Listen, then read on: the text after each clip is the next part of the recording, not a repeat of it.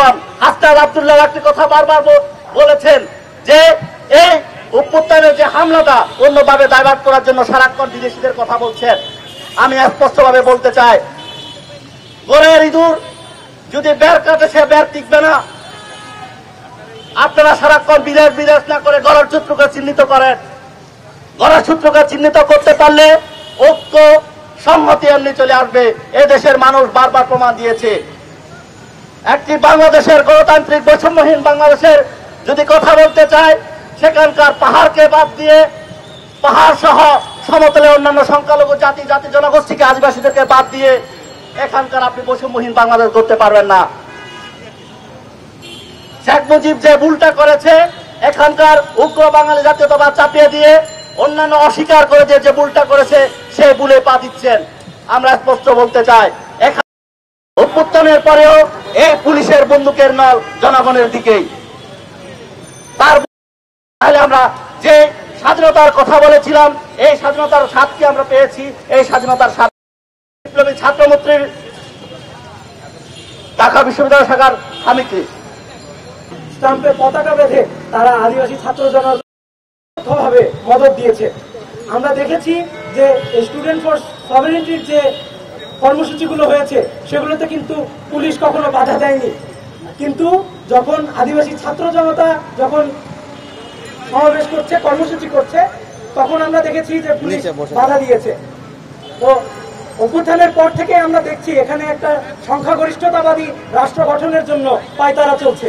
এখানে শ্রমিকদের উপর হামলা যেমন হয়েছে, তেমন ভাবে পাহাড়ে এখানে কিন্তু আগ্রাসন চলছে।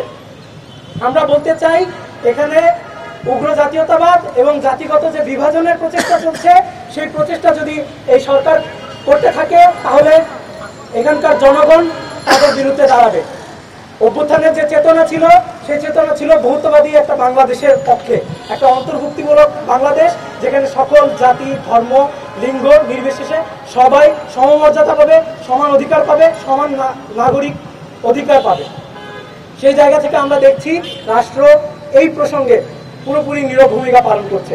আমরা অবিলম্বে গতকালের হামলাকারীদের চিহ্নিত করে অবিলম্বে বিচারের দাবি জানাই এবং আদিবাসীদের উপর যে চলমান নিপীড়ন, সেটার অবসানের জন্য সকল স্তরের জনগণকে ঐক্যবদ্ধ হওয়ার আহ্বান জানাই। সবাইকে ধন্যবাদ। স্টুডেন্টস ফর সভারেন্টি এনসিটিভি ভবন ঘেরাও করে পরবর্তীতে এনসিটিভি যে চেয়ারম্যান, সেটা বাতিল করে দেয়।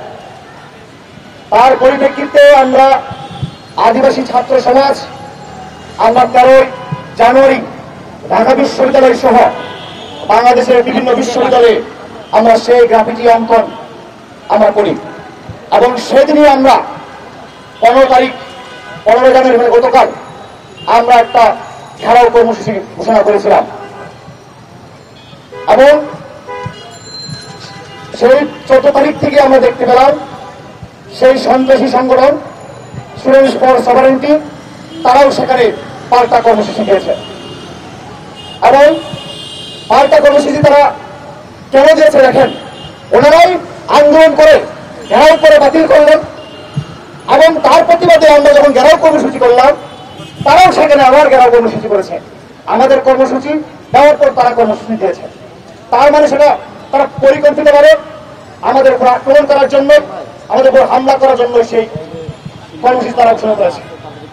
আপনারা দেখেন যে আমরা এখান থেকে রাজু ভাস্কর্য থেকে শান্তিপূর্ণভাবে আমরা মিছিল নিয়ে সেই এনসিপি ভবনের দিকে গিয়েছিলাম।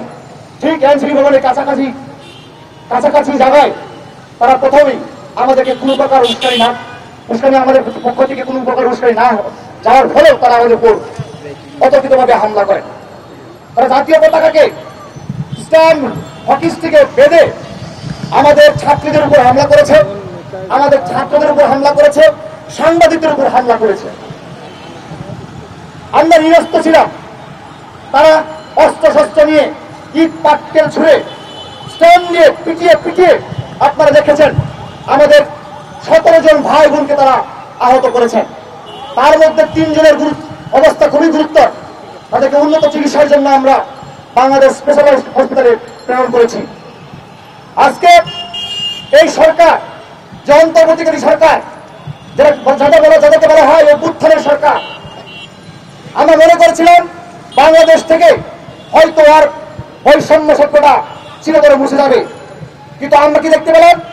5 আগস্ট পরবর্তীতে আমরা পাহাড়ে দেখেছি সেপ্টেম্বরে, গত বছরের সেপ্টেম্বর মাসে খাগড়াছড়ি এবং রাঙামাটিতে এই স্টুডেন্টস ফর সভারেন্টি তাদেরই গুন্ডা পান্ডারা কিভাবে দিনের দুপুরে আমাদের আদিবাসী ভাই বোনদের উপর হামলা করে হত্যা করেছে, নির্মমভাবে কুচিয়ে কুচিয়ে কেটে তারা কিভাবে আমাদের আদিবাসী ভাই বোনদেরকে হত্যা করেছে, তার ফলশ্রুতি আমরা গতকালে দেখেছি। আমরা তো সেই দাবি, আমরা তো খুব খারাপ দাবি করি নাই।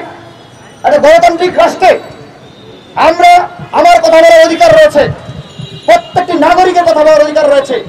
তার অধিকারের জন্য সমাবেশ থেকে শুরু করে প্রত্যেকটি জায়গায় গণতান্ত্রিক পর্যায়ে আমরা করার চেষ্টা করেছি এবং এখনো গণতান্ত্রিক পর্যায়ে আমরা করে যাচ্ছি। আমরা দেখলাম পুলিশের ভূমিকা ছিল নীরব দর্শকের মতো। আজকে বলতে চাই, এই অভ্যুত্থানের সরকার, মাননীয় স্বরাষ্ট্র উপদেষ্টা, আপনি এই পর্যন্ত এখনো মিডিয়ার সামনে কিছু বলেন নাই। গতকালকে এত বড় হামলা হয়ে গেল ঢাকার বুকে, রাজধানী ঢাকার বুকে, কিন্তু সরকারের পক্ষ থেকে তাদের কোনো বক্তব্য আমরা দেখতে পাই নাই। আজকের এই সমাবেশ থেকে আমরা এই অন্তর্বর্তীকালীন সরকারের স্বরাষ্ট্র উপদেষ্টার পদত্যাগ চাই এবং সেই সাথে ওই এনসিটিভির যে চেয়ারম্যান, যে কাণ্ডজ্ঞানহীন চেয়ারম্যান, তারও আজকে পদত্যাগ চাই। সেই সাথে যে গ্রাফিটি ছিল পত্রস্থকে, সেই গাছের যে সম্প্রীতির যে গ্রাফিটি ছিল, সেই গ্রাফিটিকে আবার পূর্ণ বহাল দেখতে চাই। এবং আমরা আজকের সমাবেশ থেকে এই বাংলাদেশের 54টির অধিক যে জাতিগোষ্ঠী রয়েছে, আমরা 54টির অধিক জাতিগোষ্ঠী আমরা নিজেদেরকে আদিবাসী বলতে স্বচ্ছন্দ বোধ মনে করি। সুতরাং আমরা যদি স্বচ্ছন্দ বোধ মনে করি, সে নামে আমাদেরকে পরিস্থিতি করতে হবে। কোন উপজাতি কিংবা ক্ষুদ্র নিগোষ্ঠী বলে অপমানিত নামে আমাদেরকে পরিচয় করে দিতে পারবেন না আপনারা। আমাদেরকে আজকের সমাবেশ থেকে আমরা সে দাবি জানাচ্ছি, আমরা আজ আমাদেরকে আদিবাসী হিসাবে এই সাংবিধানিক স্বীকৃতি চাই। এই সংবিধান সংস্কার কমিশন হয়েছে, সেই সংবিধান সংস্কার কমিশনে আদিবাসীদের কাউকে রাখা হয় নাই, আর মানে সেখানেও বৈষম্য করা হয়েছে। আমাদেরকে এই সংবিধান থেকে আবারও বঞ্চিত করার জন্য চেষ্টা করা হয়েছে। সুতরাং আমরা আজকের সমাবেশ থেকে সেটা তীব্র নিন্দা এবং প্রতিবাদ জানাচ্ছি। আমরা অবিলম্বে এই অন্তর্বর্তী সরকারকে বলতে চাই, আপনারা যদি যারা প্রকৃত দোষী তাদেরকে গ্রেপ্তার না করেন, যারা এটার ইন্ধনদাতা, আপনারা নাটক কম করেন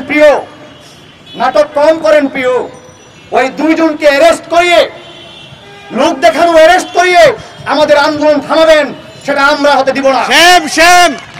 ওই নাটক ফাটক দিয়ে আমাদেরকে থামাতে পারবেন না। সুতরাং যারা এখানকার মূল হোতা, ওই সন্ত্রাসী সংগঠন স্টুডেন্টস ফর সভারেন্টি, তাদের প্রত্যেকটি নেতাকর্মী ওই সন্ত্রাসীদেরকে গ্রেপ্তার করতে হবে, গ্রেপ্তার করে দৃষ্টান্তমূলক শাস্তি প্রদান করতে হবে। শুধু গ্রেপ্তার খেলা খেলবেন না।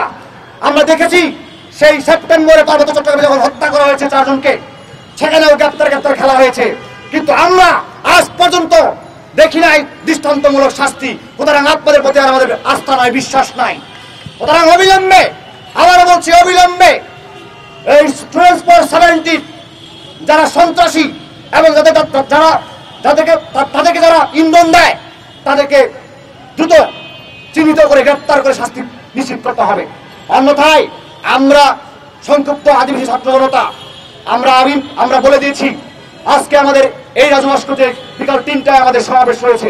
এই সমাবেশ থেকে আমাদের ঘোষণা আসবে। নিশ্চিন্তে খান স্বাস্থ্যকর অল টাইম পান, অল টাইম হেলদি লাইফ।